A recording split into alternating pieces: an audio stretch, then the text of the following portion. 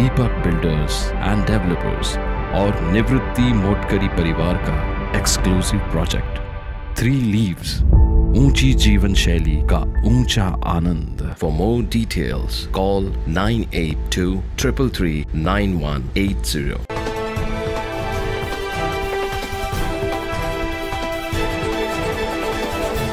मागील काही दिवसांपासून इंडिया आघाडीमध्ये पश्चिम बंगालच्या लोकसभा निवडणुकीच्या जागा वाटपावरून संभ्रम असल्याचं चित्र पाहायला मिळतंय। लोकसभा निवडणूक पार्श्वभूमीवर तृणमूल काँग्रेसच्या प्रमुख ममता बॅनर्जी यांनी या संदर्भात भाष्य केलं होतं। त्यावेळी त्यांनी काँग्रेसला थेट इशाराच दिला, जर तृणमूल काँग्रेसला योग्य महत्व नाही तर राज्यातील सर्व 42 लोकसभेच्या जागा स्वबळावर लढण्यास आम्ही तयार आहोत, असं ममता बॅनर्जी यांनी म्हटलं होतं। अखेर त्यांनी लोकसभा निवडणुकीमध्ये तृणमूल काँग्रेस कोणाशीही युती करणार नाही, लोकसभा निवडणुकीच्या 42 जागा तृणमूल काँग्रेस स्वतः लढवेल असं स्पष्ट केलंय। यापूर्वी राहुल गांधी यांना याबाबत प्रसार माध्यमांना विचारले असता राहुल गांधी यांनी असं काही होणार नाही असं सांगितलं होतं।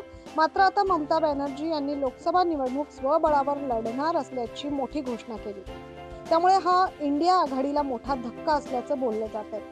ज्या वेळेस लोकसभा जागा वाटपावरून चर्चा झाली तेव्हा ममता बॅनर्जी फारशा इच्छुक नव्हत्या।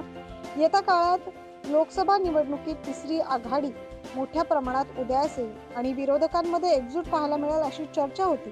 मात्र आता ममता बॅनर्जी यांनी लोकसभा निवडणूक स्वबळावर लढणार असल्याचं जाहीर केलंय। लोकसभा निवडणुकीत कोणाचाही त्यांना वाटा नकोय म्हणून त्यांनी निवडणूक स्वबळावर लढण्याचं स्पष्ट केलं। Bureau report 9 news Maharashtra.